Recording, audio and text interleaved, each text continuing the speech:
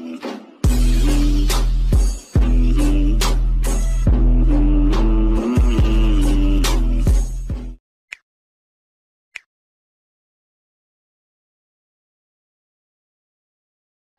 Yang Berhormat Rao, 5 minit sahaja ya. Assalamualaikum warahmatullahi wabarakatuh. Selamat petang, salam sejahtera. Dan insya-Allah kita akan berbuka puasa. Tuan Pengerusi pun boleh datang buka puasa. Jadi masa hak saya yang penghabis itu untuk sampai ruang buka puasa. Kalau terlampau awal sangat, kami balik. Dan kita kena ucap tahniah kepada kawan-kawan daripada PN. Sebab apa?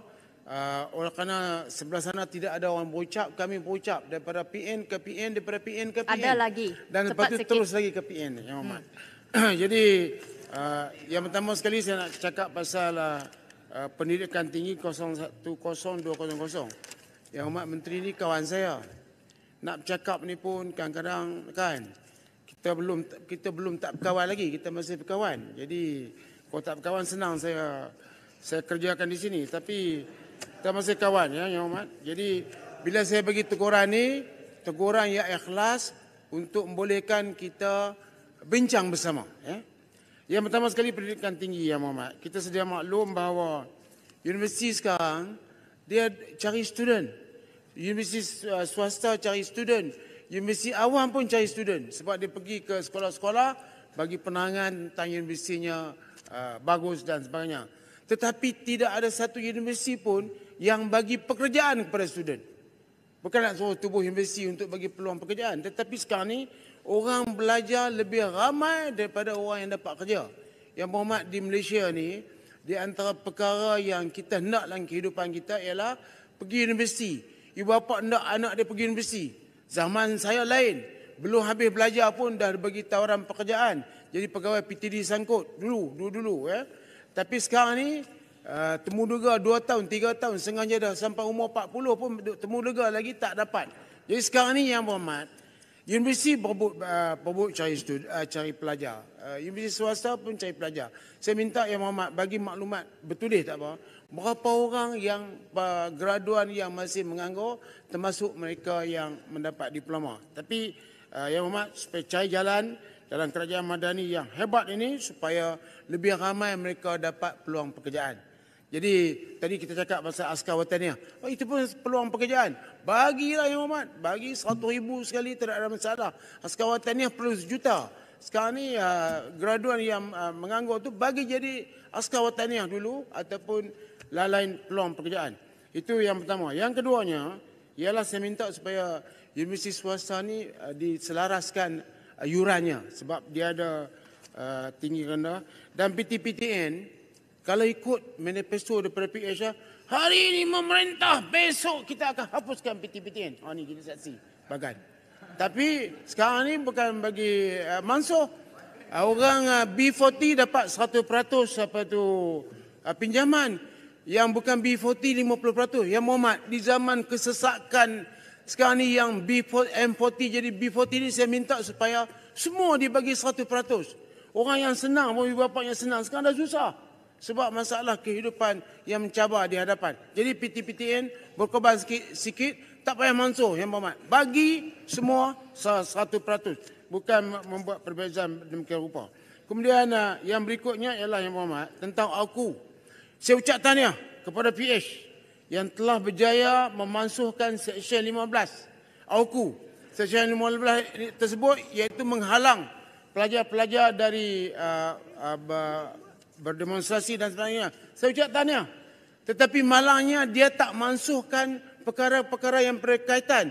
Pelajar terpaksa melaporkan tentang urusan kewangan dan sebagainya. Ini yang menyebabkan pelajar protes. Akta ini telah ditubuhkan pada tahun 1971 dan aku telah dipindah sebanyak 7 kali dan terakhirnya pada 2019. Ini tentulah masa zaman PH. Ya. Tetapi PH ni dia cuma pindah begitu-gitu saja. Tetapi tidak membina sepenuhnya. Pada 27 Februari, Angkatan Mahasiswa Universiti Melaya menggesa kerajaan memansuhkan AUKU seperti dijanjikan dalam manifesto Pakatan Harapan. Ini benda-benda ni. Dia orang tuntut. Tapi Timbalan Menteri Pendidikan Datuk Muhammad Yusof Abdal baru-baru ini menjawab pertanyaan Cho Yu Hui PH Raup dalam sesi soal jawab Dewan Rakyat, percaya aku dilihat masih relevan dan penting dalam urusan pentadbiran, tadbir urus dan hubungan antara accountability institusi pengajian tinggi dengan kerajaan serta masyarakat. Apa ni Yang Muhammad? Walaupun Yang Muhammad bukan daripada PH sebelum ini, tetapi kita dah jawab. Tidak mau pindah lagi. Pindah sikit saya lagi untuk membolehkan kebebasan dibagi sepenuhnya. Kalau kami memerintah, confirm Yang Muhammad. Hari ini memerintah, esok kita bagi kebebasan kepada rakyat Malaysia. Arau, masa sudah Hari ini tamat. ahli parlimen, Masa sudah tamat. ahli parlimen hari ini ramai hadir sebab mentakuti bahawa bajet ini tak luluskan. Kalau kami tak lulus, kita semua tak dapat allowance, tak dapat apa Yang Muhammad. Kami tak sebodoh itu. Kami cerdik. Kami akan pastikan bajet ini luluskan. Arau, boleh minta laluan, Arau. Yang Muhammad, Arau, boleh minta Masa laluan. sudah tamat. dah habis. Akhir kali Yang Muhammad Kata nak bagi ialah free ya. Jumlah berapa bajet nak bagi? Peng, sila duduk. Masa Tak sudah celah, tamat. minta celah Arau. Section 4A, Tentang aku, tentang Nak aku. bagi PTPM free semua. Berapa Saya jumlah dia tahu Menteri, tak? Ada kira. Kopeng, Petaling Jaya, sila duduk. Sila duduk. Peraturan 37.2, saya tidak membenarkan celahan. Arau, tak ada seminit. Sila gulung sekarang. Ya, gulung lah. Gulung saya seminit lah. Okey. Yang Muhammad, Section 4A. Kuasa Menteri melantik Naib Chancellor. Naib Chancellor Universiti Utara Malaysia baru 1 tahun jadi Naib Chancellor. Tiba-tiba suruh berhenti. Dan ini saya dengar cerita yang Muhammad panggil temuduga dan sebagainya. Yang Muhammad minta gunakan kuasa menteri itu sebaik mungkin. Jangan buat macam tu di kalangan profesional.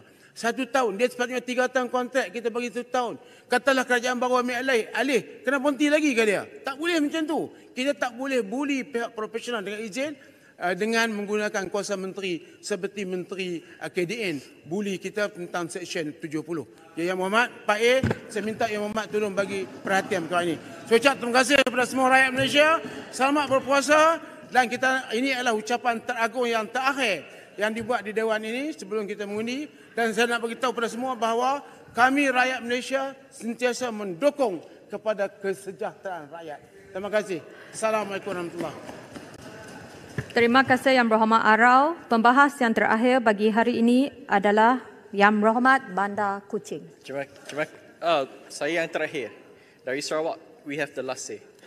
Terima kasih Puan Pengerusi kerana berikan peluang kepada saya untuk berbahas. Saya mendengar dengan teliti apa yang dikatakan oleh Yang Berhormat Arau tadi. Masa kita PH 22 bulan, kita dah mulakan reformasi. Tetapi dikhianati, dijatuhkan oleh mereka yang mengkhianati mandat rakyat. Tapi masa 33 bulan, PN apa yang lakukan untuk mahasiswa? Habuk pun tak ada. Jangan nak hero-hero sekarang. Masa yang ada kuasa, tak lakukan apa-apa. Sorry Pengerusi, saya nak bawa isu butiran 030000 Hospital Pengajar, khususnya 030100 Pusat Perubatan Universiti Malaya PPUM, 030500 Pusat Perubatan Universiti Putra Malaysia PPUPM. Saya ingin bawa isu tentang papasan untuk waktu panggilan pasif atau dengan izin passive on-call allowances di hospital-hospital di bawah Kementerian Pengajian Tinggi, terutamanya seperti yang katakan tadi, PPUM dan juga PPUPM, terutamanya untuk allowance masters atau pelatih sarjana. Puan Pengerusi, kita tahu bahawa panggilan pasif merujuk kepada panggilan di mana pekerja kesihatan tersebut mereka standby sama di rumah ataupun di luar untuk bertugas di hospital. Dan biasanya mereka akan bertugas untuk 4 jam pada hari bekerja, hujung minggu ataupun cuti umum.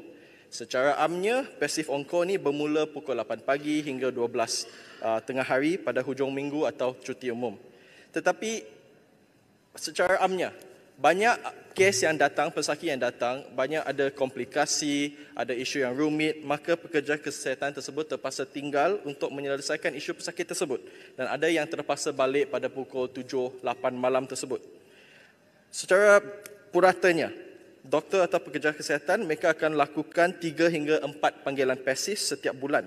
Walau bagaimanapun disebabkan kekurangan tenaga kerja dalam jawatan tertentu, mereka terpaksa lakukan 5 hingga 7 panggilan pasif. Itu bermaksud hampir setiap hari mereka bekerja di hospital. Walaupun dengan kerja sedemikian, namun tidak ada pampasan diberikan pada masa itu. Doktor kehilangan hampir RM560 sehingga RM980 sebulan. Ini kira-kira 10 hingga 20% daripada gaji bulanan mereka. Jadi Puan Pengerusi, sebenarnya banyak pekerja kesihatan mereka belum dapat tuntutan tersebut walaupun kerja telah dilakukan, malah clock in cut tersebut telah menunjukkan mereka telah lakukan kerja tersebut. Untuk kes PPUPM pula, kesnya sedikit berlainan di mana pelatih sarjana ataupun masters dikatakan tidak diberikan pampasan untuk on-call allowance mereka. Jumlah pampasan kira-kira sebanyak RM200 saja. Nampak tidak banyak tetapi bagi pelatih ini sebenarnya banyak. Mereka nak bayar bil elektrik, bil rumah. Ada pelatih yang datang jauh bukan dari Kuala Lumpur, mereka kena bayar sewa rumah dan sebagainya. Jadi saya berharap Menteri akan teliti perkara isu. Yang paling penting mereka layak diberikan pampasan yang sewajarnya mengikut ketetapan masa untuk menghargai kerja yang mereka lakukan. Dengan itu sekian, terima kasih. Mohon perhatian Menteri. Terima kasih. Terima kasih Yang Berhormat Bandar Kuching.